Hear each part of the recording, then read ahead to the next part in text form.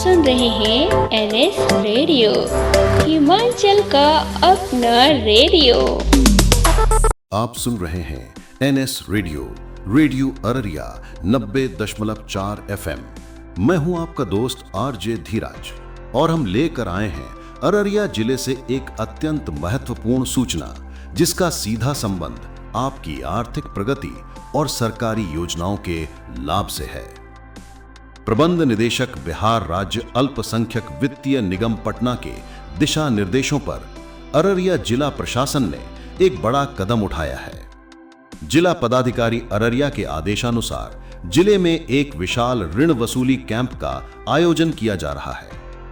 ये कैंप उन सभी ऋणी महानुभावों के लिए है जिन्होंने मुख्यमंत्री अल्पसंख्यक रोजगार ऋण योजना, NMDFC टर्म लोन या शिक्षा ऋण योजना के तहत धनराशि प्राप्त की है।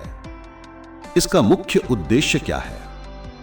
1. वसूली में तेजी लाना ताकि निगम के फंड्स का चक्र बना रहे और नए जरूरतमंदों को ऋण मिल सके। 2. सुविधा उपलब्ध कराना, ऋणियों को ऋण की वापसी के लिए आसान और सुविधाजनक माध्यम प्रदान करना। 3. प्रेरित करना, सभी ऋणियों को समय और ईमानदारी से अपना लोन चुकाने हेतु प्रेरित करना, जो एक जिम्मेदार नागरिक होने का प्रमाण है।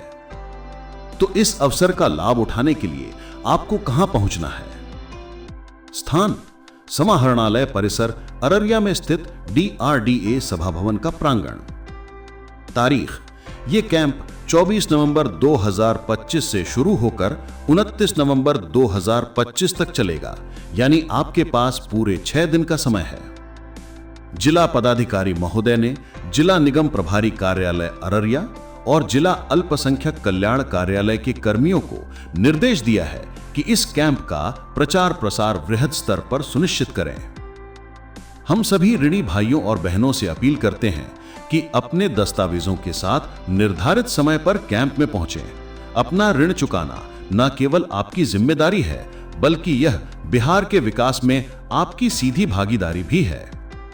तो देर ना करें, अपनी वित्तीय चिंताएं समाप्त करें। 24 से 29 नवंबर 2025 तक समाहरणालय परिसर अररिया में आयोजित ऋण वसूली कैंप में जरूर पधारें। ये सूचना एवं जनसंपर्क विभाग बिहार सरकार द्वारा जनहित में जारी की गई है।